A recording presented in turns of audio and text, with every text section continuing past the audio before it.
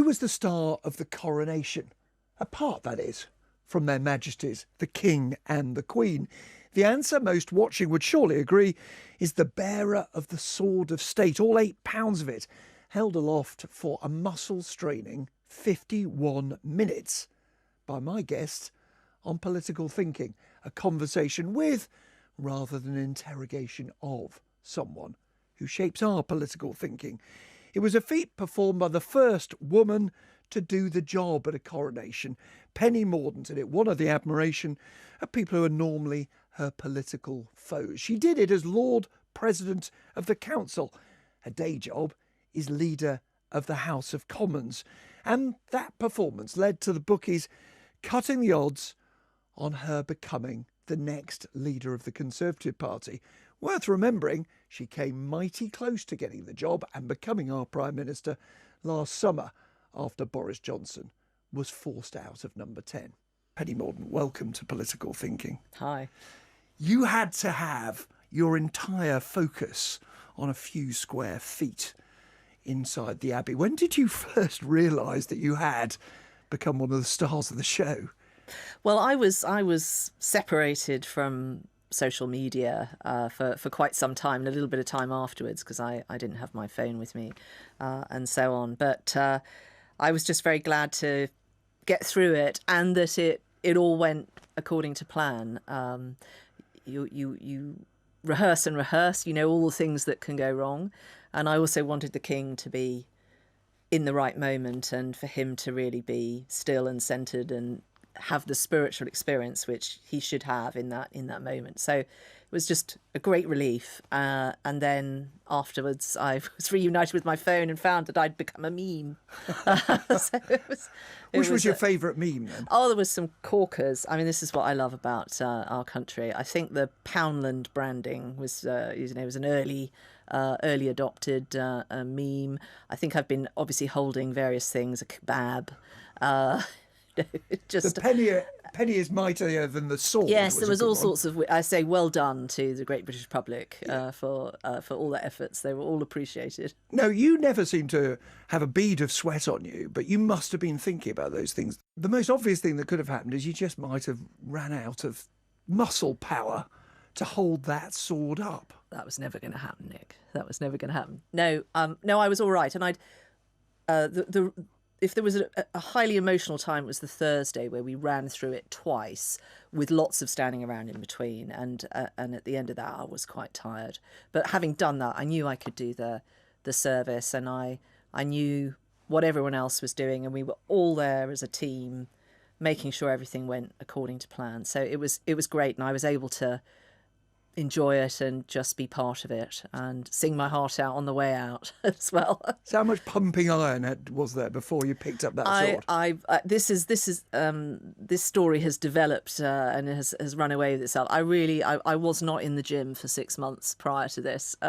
6 weeks, 6 days? No, I think you want to make sure you're in good nick, and I did take a couple of painkillers beforehand just to make sure I was gonna be all right. But it's fine. It's all good, and we got through it. And it's only half the ceremony I had to carry the sword of state, which is a really heavy one, and then I traded it in for the very exquisite jewelled sword of offering. Now, so for the much lighter, the really heavy one, what are the tips?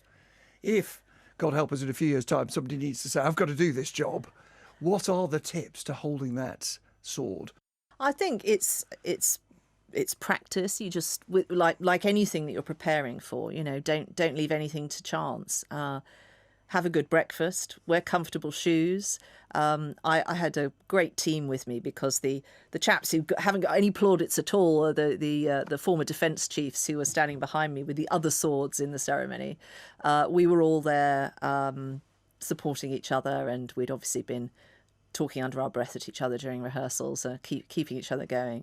Now, it was striking for one obvious reason, that you were the first woman to perform the role, and also for the dress. You've been described variously as looking like a cross between an Egyptian goddess and an air stewardess, a modern-day Brunhilde and Princess Leia. Well, I'm not sure that was quite the look I was going for, but I wanted to... What my predecessor would have worn is the formal court dress of the Privy Council, which is black, which was not really permitted to be worn at the coronation, and it was very old fashioned. And I had the sense of what kind of coronation the Earl Marshal was trying to create, and it was a modern one, but with those historic references. So I thought, I'm going to wear a modern day dress, the dress and the hat. You can go online and anyone can buy those designs, and the embroidery on it was the nod to the past. So I found out who did the embroidery of the Privy Council uniforms, and I said, could you feminise the motif and put it on this dress? And they did. They're a company called Hand and Lock. They did an amazing job, and yeah, the rest is now history. And the reason for that motif is your job title, Lord President of the Yes. Council, which, let's be honest, though it is one of the, quotes, great offices of state, most people you meet, I suspect, say, come again, what is the Lord President of the Council? Yeah, so I'm the chair of the King's Privy Council, which back in the day used to be the executive for the King. It still meets and carries out business. We never televise the Privy Council, but the closest people would have seen is the Accession Council, which was another duty that I performed in this role. The first duty you performed just Yes. days after you got the job, and, Yes. and of course days after the death of Her Majesty the Queen. Yes, that was just an incredible week. And again, just a huge privilege for me to be there at that time and do my bit to help the royal family and the nation through that very turbulent and uncertain time. Did you find at that Accession Council you had to make that extraordinarily poignant announcement? My lords, it is my sad duty to inform you that Her Gracious Majesty Queen Elizabeth II has passed away. However much you prepared, however much you thought about that, it must have been quite hard to say it without I think you're gulping now. Yes? Yes, it is. It is an incredible moment, and you're very conscious that your how well you do it in that role is going to have an impact on an enormous number of people, not just in our country but around the world, who were grieving, who felt, even if they did not know her personally, that they knew her, and that she was almost part of their family. You know, I said in my tribute to her that she felt like part of our family because she had shared her family with us. And do you think your background in the services, you're in the Royal Navy Reserves, you represent Portsmouth, a Navy town, of course, your father was a paratrooper, was that preparation both mental for what you were doing, but to a certain extent physical as well? Yes, absolutely. Both. I mean, I have to say that the training you receive, in my experience in the Navy, but actually in any service, is second to none. And it is about service. It's about enduring horrible things sometimes. It's about thinking of others, putting other people before yourself, all of those things, and keeping your morale up and others' morale up while you're going about it. Your father, as I say, was a paratrooper. Did you grow up in a very disciplined house? Was it quite an austere house that you were growing up in? No, it wasn't austere at all. I mean, my parents were absolutely wonderful. We grew up in a house full of love and laughter, and we had structure. Both my parents were teachers, so they would set us extra homework and things like that. But it was a wonderful childhood. Until when I the was awful illness of your parents. Yeah, so my mother got her diagnosis when I was 13, and she died when I was 15. Diagnosis of cancer. Yes. So she died of secondary brain cancer, and so from 13 onwards, I was really caring for the family and Your two brothers. yes, and I mean I have one of my brothers was my twin. We got a younger brother as well, but we were running the household. My father had a lot on his plate. He had to work very hard to keep things going. And so we did all the cooking and the laundry and kept the house going. And they were. I mean, I don't want to, sort of get the violins out because actually this happens to a lot of people. But what it does, again, teach you, it's about resilience. It's about taking care of people. And I think those experiences, although they were tough at the time, they help me every day. They help me when I see people in my surgery who are going through similar things, who are exhausted, who are stressed out about things, who need support and encouragement, and it's helped me be empathetic, I think, to people in those circumstances. Did you, though, effectively as the carer for your twin brother, for your younger brother, in your teens, did you lose your normal teenage years? I think I did a bit. I mean, I was never one of the kind of cool kids that was always invited to lots of parties. I was never that person. But yeah, you do. I mean, I worked. As soon as I could, I was earning money. Including as a magician's assistant. Yeah, which is a great job. I thought to would have. make you quite cool to have at a party. No, I mean, my Friday and Saturday nights, I wasn't at a school disco. I was touring the country, being sawn in half, and Will Ayling, who was the magician, was a very famous illusionist, and his signature trick was I was sawn into 3 pieces and then put back together again. But it was great. And in fact, when I first went to Party Conference, which at the time was in Bournemouth, I knew all the hotels because I'd been sawn in half in all most of them over the course of a few years. So come on, tell us the secret. How does it work? Nick, I can. If I were to tell you, then terrible things would happen. Yeah. So I can't. I'm afraid. And you've been a performer for a while because you were at theatre school as a young girl as well. Yeah, so my twin and I, we did that. That was a hobby. I was a dancer as well. I was trained in ballet, and yeah, I love music. I love dance and the arts. It seems to me, looking down your career, that you've often used this ability to perform, this ability to connect with people, whether it is that speech that you had to give in the House of Commons, a forfeit, was it, for a misdemeanour in the Navy? Humour is important. It's not everything, and it should never get in the way of kindness. But humour does help in politics. This was a speech formally, technically about poultry. Yes, yes, and it was. I think the misdemeanour was something. A minor misdemeanour at a mess dinner, and I was fined, yes. And I paid my dues. And you had to say the word, let's say it, cock, how many times? Well, I think that was the easy part. There were 2 parts. I fully recognise why people focus on that one part, but I also had to get all of the officers' names into the speech as well, which is actually the thing that it was the most difficult.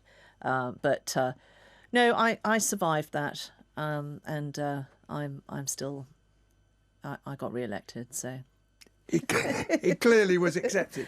Now, in the job you do now, and the day job really, is Leader of the House of Commons, in charge of the business of the House of Commons. You gave a speech recently about trust and the importance of restoring trust.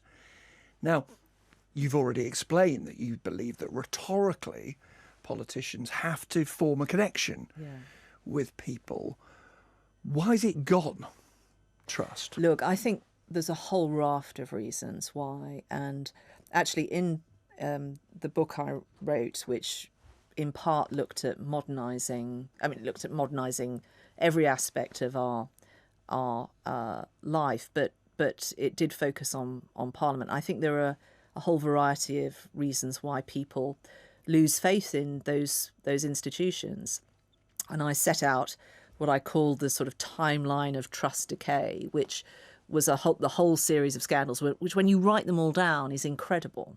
So it's about MPs' expenses, yes, banking crisis. all of that. But actually across every walk of life, leadership is failing in all walks of life.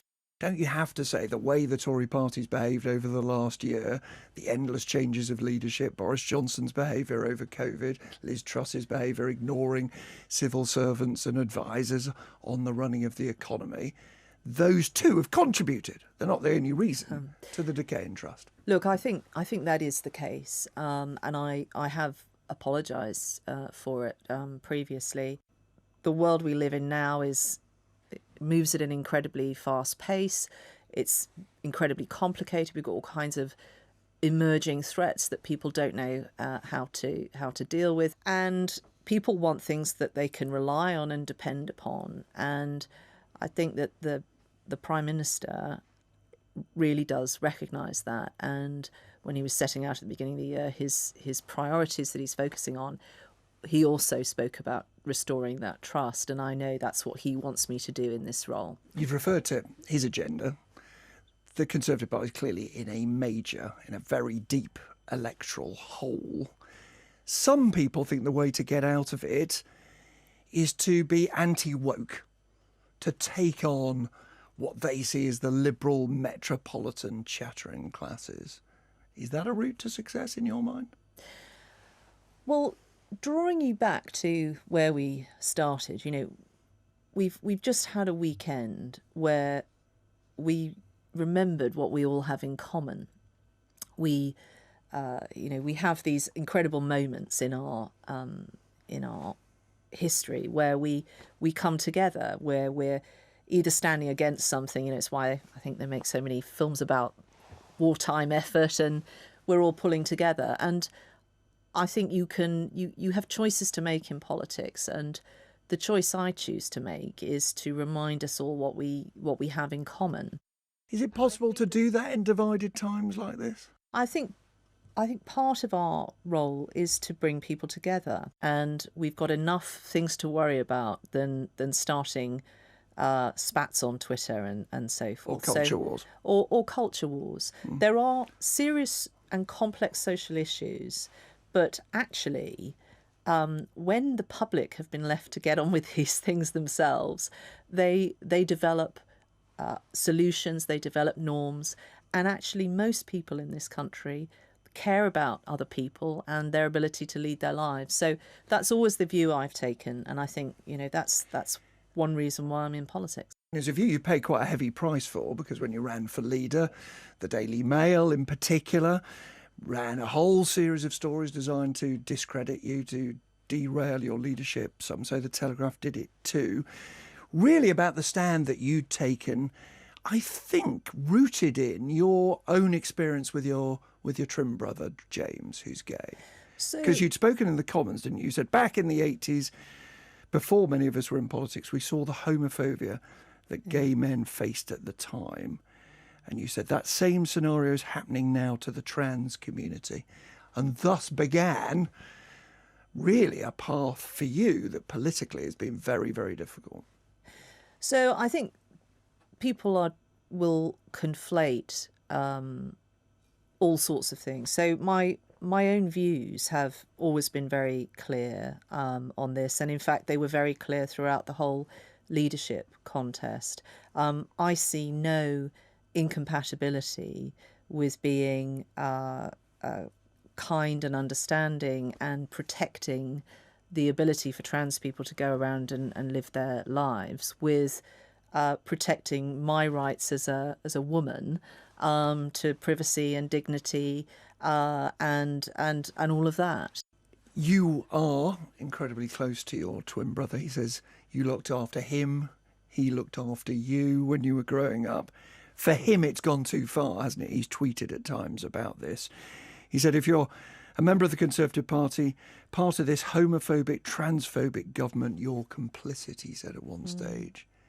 Is that just one of those examples where the personal and the political clash in a way that is very awkward for elected representatives? It's not awkward. People have different views. Members of my family have different views, and that's democracy. And there will be people that say that makes us weak as a society. That Brexit being another issue of great division, it doesn't. these things make us strong. Now, you will hope there is not, I'm sure, another leadership contest, not for a little while. Amen. At least you've done that, at least for the moment. Did you pause for a moment and reflect on one of my favourite memes of your performance at the coronation, when it says she's been holding that sword for longer than Liz Truss was Prime Minister? Well, I think poor Liz. I think she's obviously been through a pretty awful time. But you know, my thoughts that have always been with the country and pulling them through what was an incredibly turbulent time. There's an irony, isn't there, that many people thought you got this job in order that you'd have a low profile because she was so nervous of your popular appeal. I can't speculate as to the reasons why people have done something, but if that was the plan, it's not worked out well. Yeah, should be thinking again about that. Do you think there was, going back to that summer when you ran for the leadership, only last summer, can you believe it was that recently?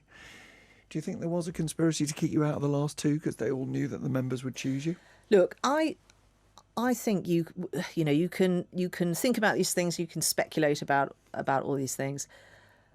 My view in politics is you will have opportunities. You have to make the most of those opportunities. You have to do your best. You have to make sure you're doing things for the right reasons, and you've got to stick to your principles and your guns on things. And if you're not successful, you move on and you make use of the next opportunity. You know, when I got in 2010, that wasn't the first time I'd run in my seat, and you know, I served in Liz Truss's government. I'm serving in Rishi Sunak's government.